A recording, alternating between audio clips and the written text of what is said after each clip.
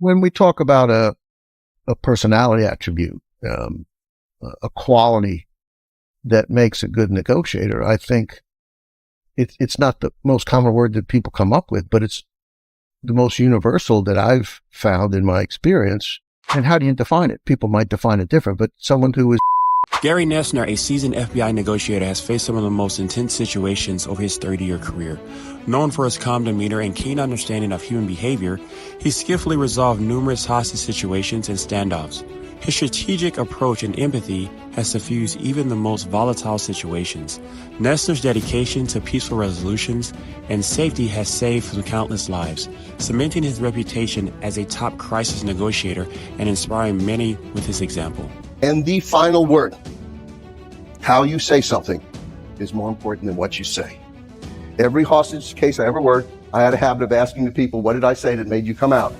They all said the same exact thing. I don't remember what you said, but I like the way you said it. I'm Kobe Ellison, and this is Story Playbook. Candid conversations with people who have tackled hard challenges, what worked, what didn't, and why. Today I have with me Gary Noesner, former FBI Chief Hostage Negotiator, I should say, for 10 years, and also a 30-year career in the FBI. Also, author, Stall Over Time. Was upside down in the camera, but you get it. Stall Over Time. We'll make sure we put the link in the bottom so everyone can take a look at the book. Gary, thank you for taking some time to join me. And hi, Colby. It's good to be with you today, and look forward to chatting. Cool. So, yeah, I must say I have a story that I want to share with you. That when we connected initially, let me give a shout out to Ekta. Ekta, one of my acquaintances, told me I should connect with you on LinkedIn initially. You gave me some advice. You gave me some advice, and I asked you a question about how can I practice my negotiation skills. You probably get so many people outreaching. You don't know if you remember the story. So I asked you a question, and you said, Kobe, everyone that you come in contact with is an opportunity for you to practice your negotiation skills. And you gave me the advice of Stephen Covey.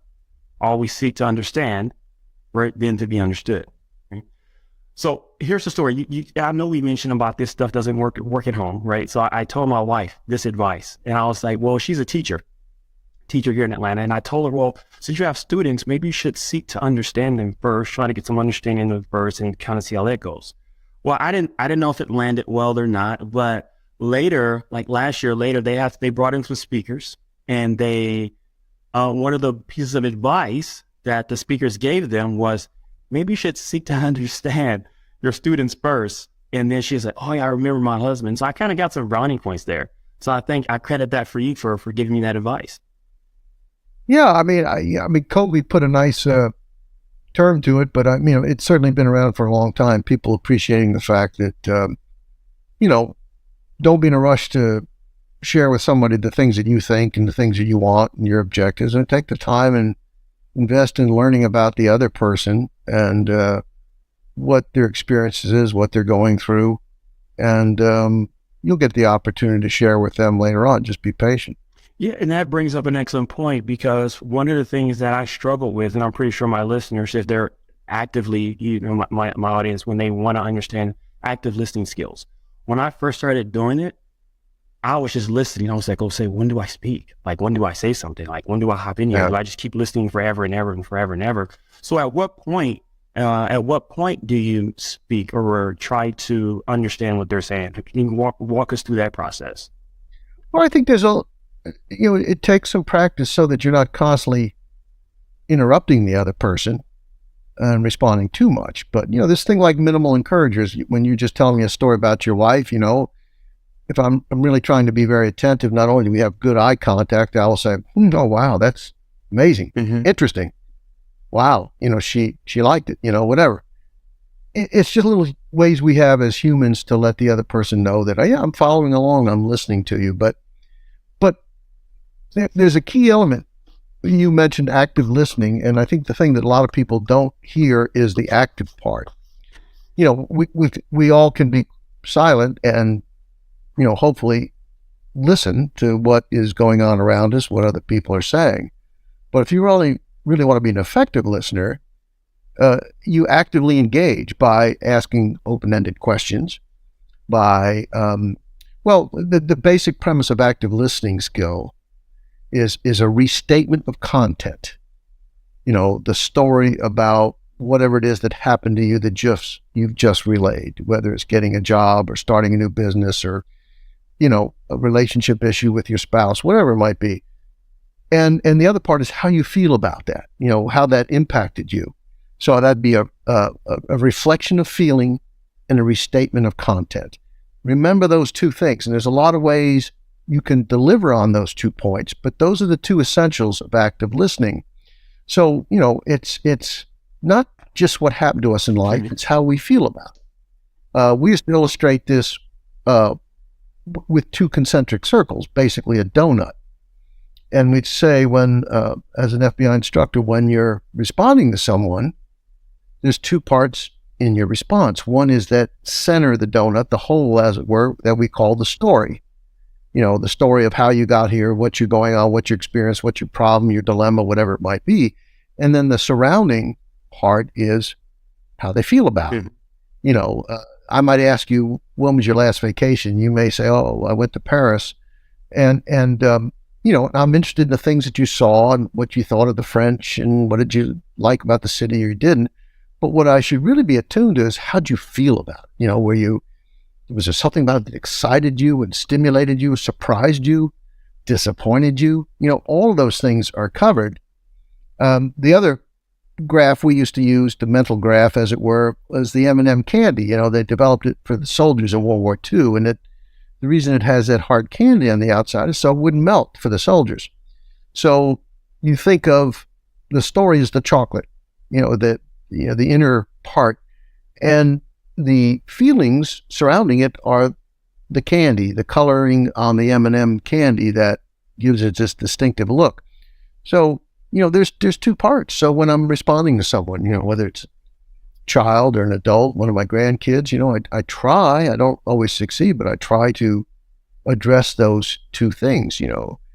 Poppy, we went to the zoo. Oh, you did. What did you like about it? Well, I really liked the elephants. Oh, really? Why did you like the elephants? And it sounds like one of them blew his horn real loud and you almost jumped out of your shoes, and that was really exciting. Whatever it might be, when you do that and you get it right, I'm not telling you, Colby, that I understand you. I've just demonstrated. I've just shown you. I've proven it. And that has a power to it that is important for us all to remember. You always hear this, oh, I understand. No, don't tell me you understand. Show me you understand. Right. And it's so much more powerful if we're able to do that than merely stating it. Yeah, I love the fact that you said, like, you tried, because I've been in a situation since you've given me that exercise, and I've attempted and I've done this so often. I find myself, like, I'm trying, but like, I still find myself in my brain trying to shut it off. Like, I'm ready to hop in, like, because I've been so conditioned over the years, just hopping in and speaking. So like you said, it just takes time to just develop that skill set. Well, it's a big issue for law enforcement officers that I train. And it was an issue for me early on because we're natural problem solvers, we're taught identify a problem, solve the problem, and move on to the next problem. That's sort of the working guidance for a police officer. But it happens in our relationships too. And we men are pretty bad at it overall. Oh, yeah. Our wives will have some issue that's important to them, and rather than take the time to listen not to just what happened to them, but the impact it had on them, we're solving their problem already. We're saying, okay, here's what you need to do. You call so-and-so and you do such and such, and boom, boom, boom. And I still get caught doing it from time to time. My wife will say, I'm not asking your guidance. I just want you to appreciate how I feel about it. And it's so easy to forget that. And it takes some real practice and focus to be sure that we're not too readily trying to tell someone what to do or how to solve a problem. I found when I was a leader of a group of FBI people in the crisis negotiation unit, occasionally one of them would have a problem or issue, and they'd come in and wanted to meet with me in my office. And I learned pretty quickly that I very rarely had to solve a problem, a specific problem. Right.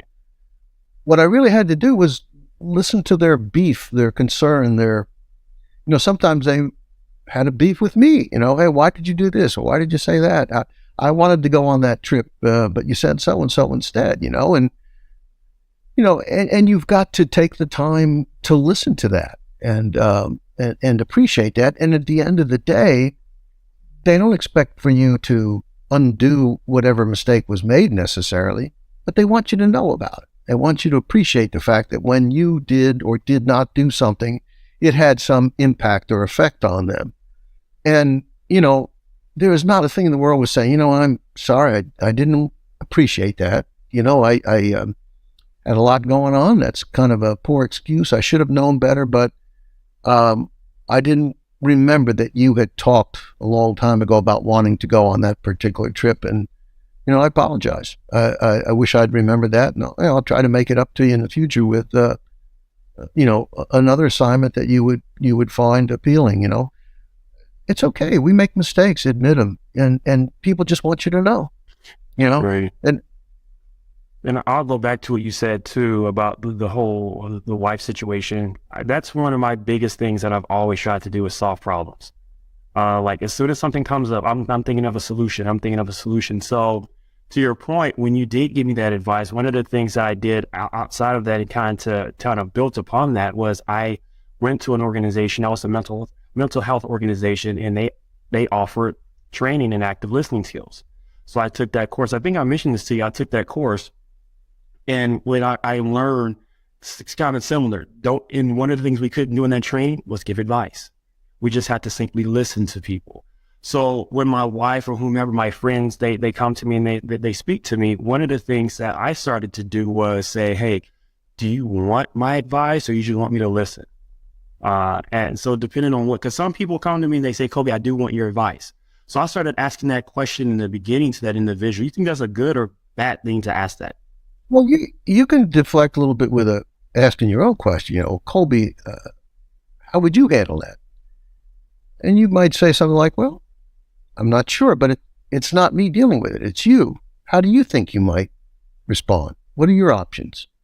Help them work it through in their mind rather than you coming up with a quick solution. Mm-hmm. I used to get irritated when I would have a question for my parents, and when I was school age, and my dad would say, "Well, go look it up," and I said, "Well, why don't you just tell me?" I wanted the quick solution. He said, "No, I want you to do some research, find out, formulate your own opinion," and that's a valuable lesson.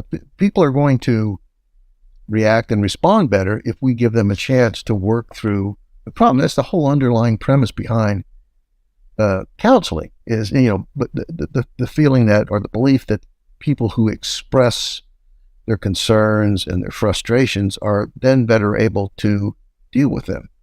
And I think there's a lot of truth to that in terms of what I've seen in life experience. So, yeah, we want to encourage those sorts of actions. If you solve every problem that comes to you, then nobody's going to make a decision about anything. And unfortunately, in the business community, there are some bosses who are so dictatorial and so and get so angry and impatient with those who don't do what they want that people won't make any decisions. And they literally say, "Well, we'll see what he wants us to do," and it just slows down a whole organization because everything has to funnel up to this one person who feels a compelling need to make a decision on everything, to question everything else someone's done. And basically, it's just a poor way. It's the opposite of delegating and being confident. Now, if one of your subordinates makes a mistake, you can say, "Hey, Colby, I asked you to take care of this, and I appreciate that you took this on, but I was really hoping you would go about this in a little different way." Use it as a learning moment. But don't scold, don't discipline for the fact that somebody took an initiative and tried to do something. A lot of bosses do that.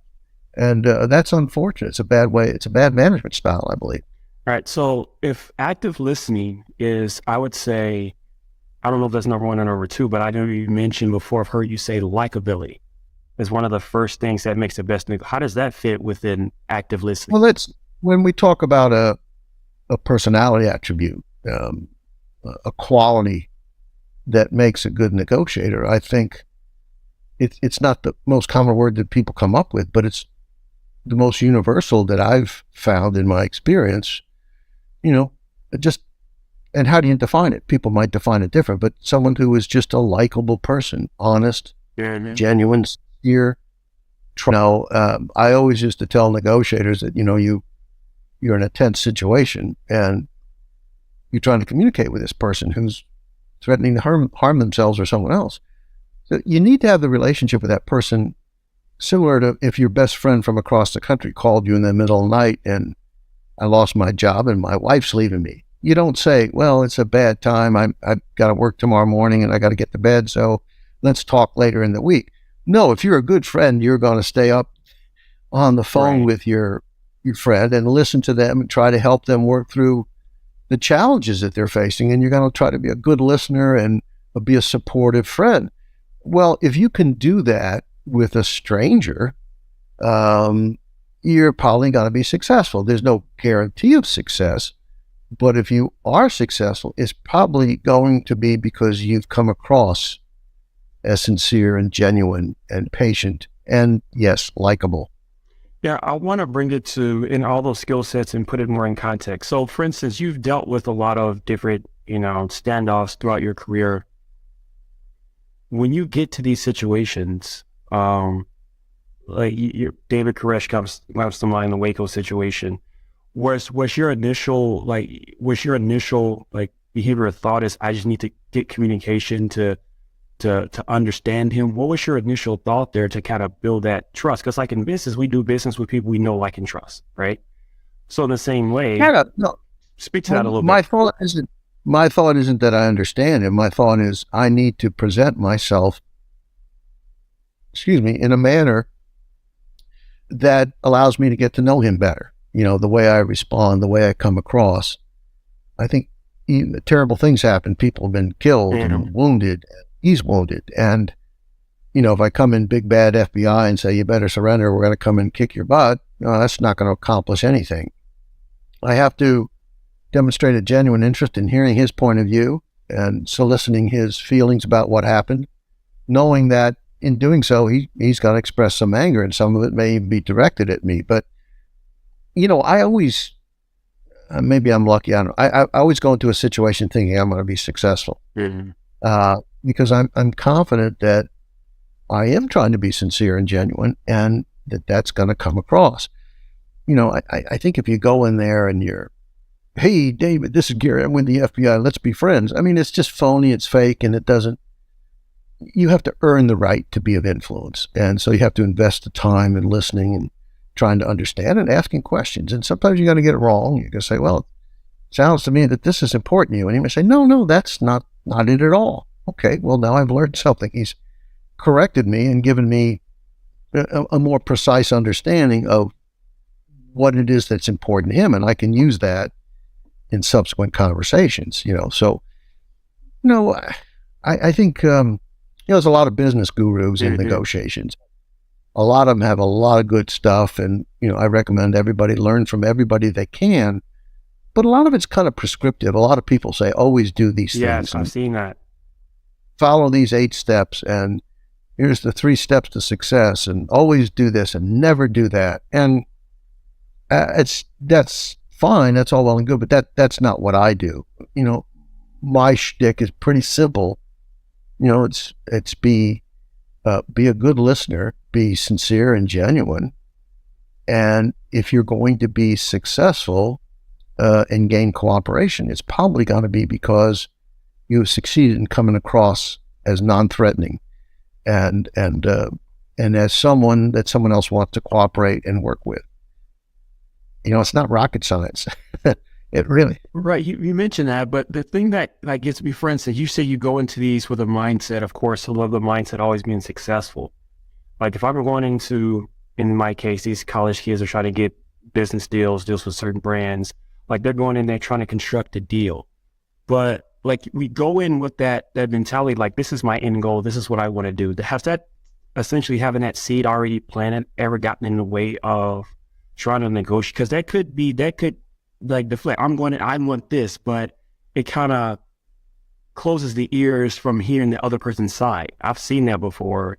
Are you talking about you saying you have those objectives, or the person that's coming to you? I'm saying like me say I'm going to do a deal, and I want to get this deal. there's nothing wrong with having an objective. Mhm. You know, I mean, my former life, you know, when I go into a tense situation, I want the person to put their gun down and surrender peacefully. Right. And if they ask me what my goal is, I'll tell them that's my goal. You know, it's no secret. I'm here to help resolve this situation. I don't want to see anybody else get Mhm. hurt, including you. And that's fine. You know, you could be completely upfront about it. Now, is he going to have goals and objectives? Probably. And some of those are unachievable. You just can't do them. You know, give me a car and let me drive away and, you know, into the sunset and live happily ever after. Well, it's not going to happen. But ultimately, they'll appreciate the fact that you're honest with them and say, you know, there's a lot of things I can do.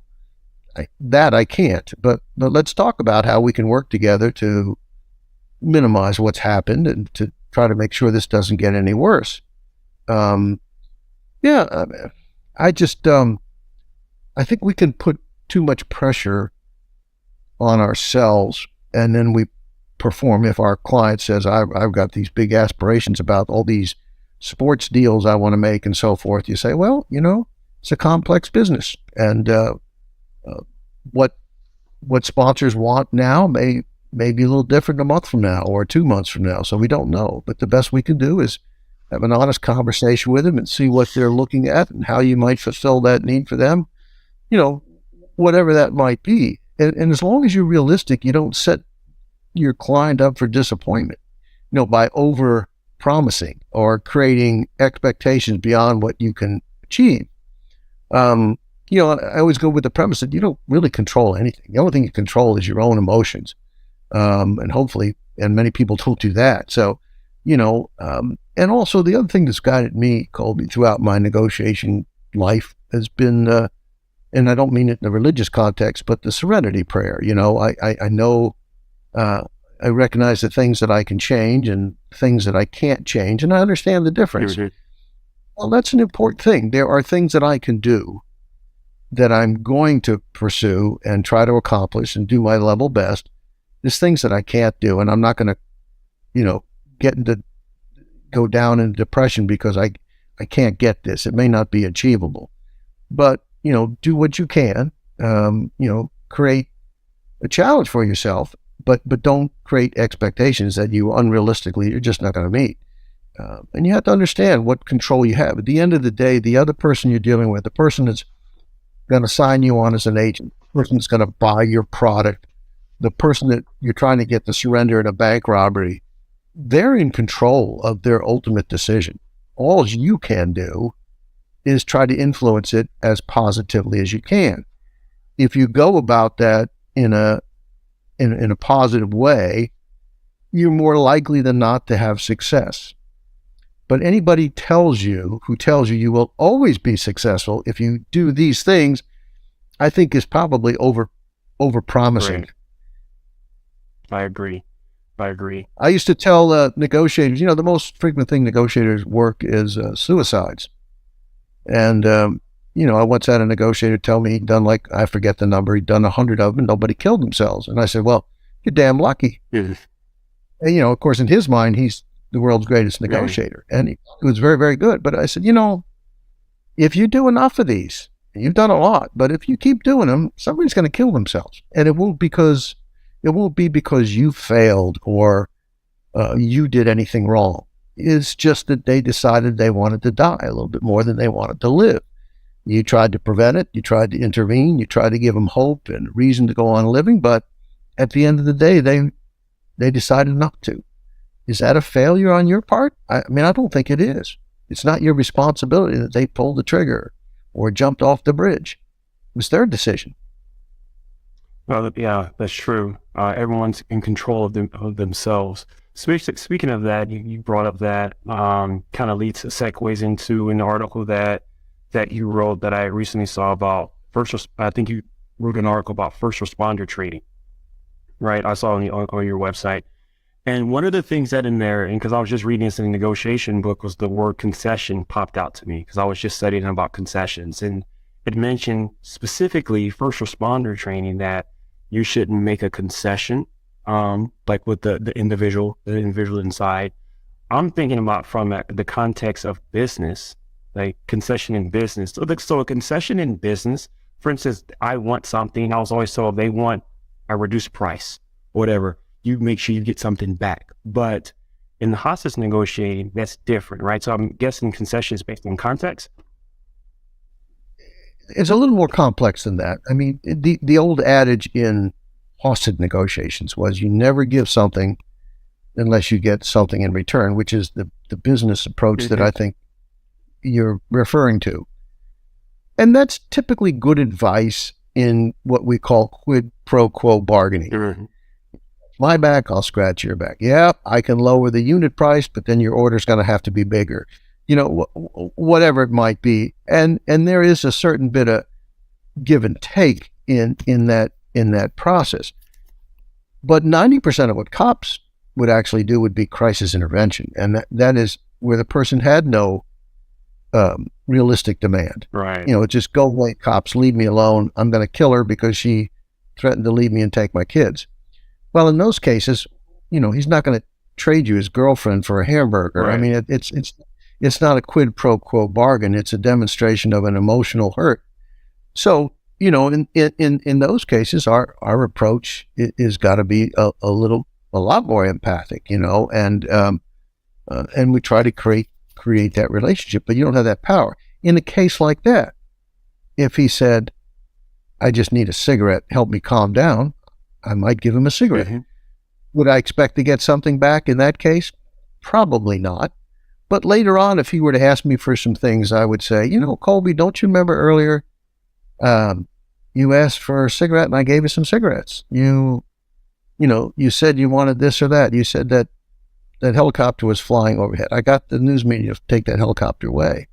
You know, I'll use it later on to say, you know, I have done things for you. And you know, there's the rule of reciprocity that, you know, Cialdini talks about, right. You know, that we need to do things in reciprocation for somebody that does something good for us. So if I, as the police negotiator or the business negotiator, you say, well, I've done this and I've done that, there are those clients who will take it as a sign of weakness. Well, I can keep asking for more and I keep asking for more. And if those are substantive things, you've probably made some pretty big mistakes. You know, every time they ask you to lower your price, you lower your price. Well, why should their behavior change? Right. You know, but if it's not a critical issue, financially or emotionally or safety-wise, maybe a small concession might be a beneficial thing. It took me many years to, probably still not successful with some police officials. They've always heard that one thing, never give something unless you get something back in return. Right. Well, in some cases, you know, it's like a lot of things. It depends. But, you know, I've worked cases where a demonstration of our good faith can help us a great deal, even if we don't immediately get something in return. Right. And that brings up too, I know during the Waco siege, you got out 35 adults, including the 21 children. Was that a concession piece? That's how you were able to get them out? There weren't, no, it wasn't strict bargaining. Early on, I would say that Koresh was trying to get some of the children out. There's a lot of different opinions as to why he was allowing some of the children to go. My opinion is that by letting some of the children out, that he could then ensure that their parents, unencumbered with child care inside, would now fight to the death for him. Mm-hmm. And I think there's a lot of information that supports that contention. He never released any of his own biological children, but he would allow others to release. And I think that sort of speaks to that point that I just made. A few of the kids, he notionally said, if your local radio station plays recites a proverb from the Bible, that I'll let him go, and that's fine. Was he really trying to get this proverb recited over the radio? I don't think so. I think it was just his way of getting a little something for the kids coming out. But it wasn't a hard bargain. You know, there was no, well, you know, we can't cite that particular proverb. It's too problematic. We're going to have to go with another one. We didn't get into that kind of bargaining. If he had a very reasonable request that didn't harm our situation or weaken our position and we could get a kid out for it, well, why the heck wouldn't we do that? You know, and we did. But yeah, you've got to be careful. The bargaining thing has always been a real big issue. I mean, I agree. If you've got a plane loaded terrorists at at Kennedy Airport tonight, and they want 500 prisoners released from jail, you know, we're not going to do it. We can talk about it, but we're not going to give them an indication that it's likely to happen. You know, we'll probably, in a case like that, be more prepared to go and intervene tactically. But we're going to continue to try to negotiate throughout and convince them not to become violent. But the prognosis becomes more challenging in certain kinds of cases. Very.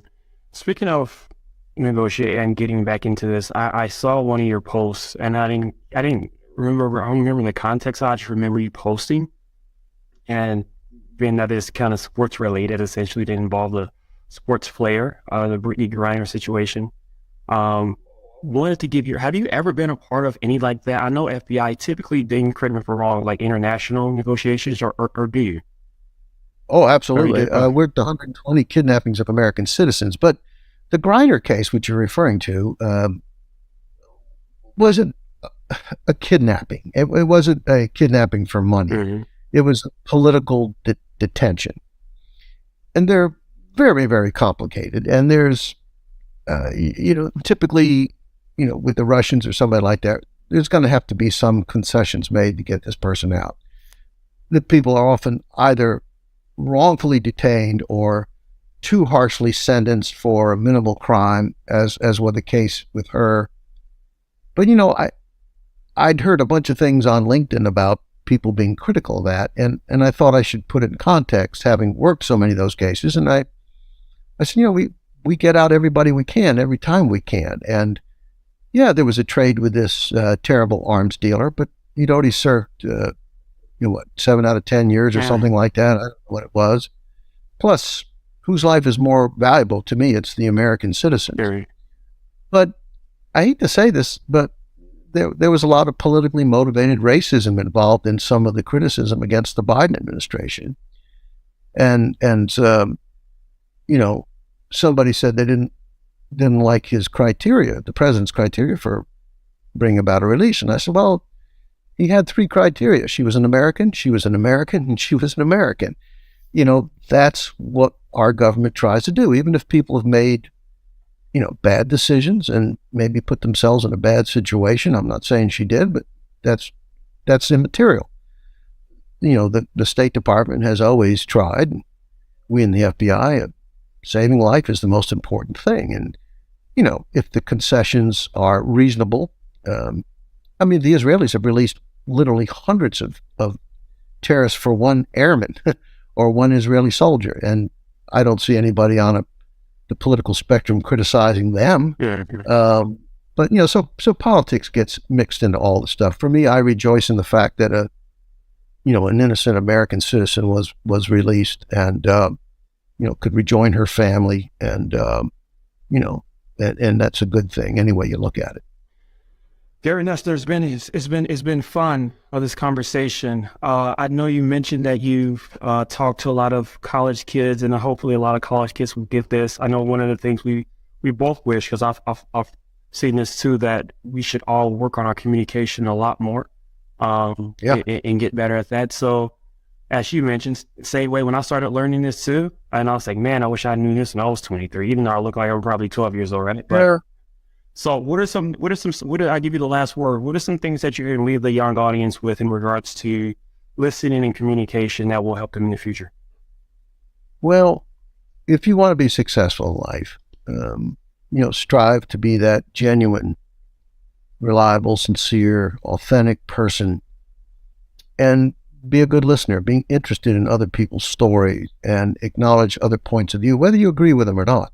Acknowledging them doesn't mean you agree with them, but be respectful. And, and after you have heard what they have to say, you can say, well, I have a different take on it. And hopefully they'll return the courtesy and listen to what your take is.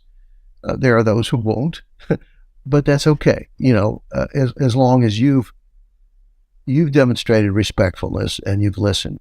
And remember that listening is not a passive endeavor, it is active.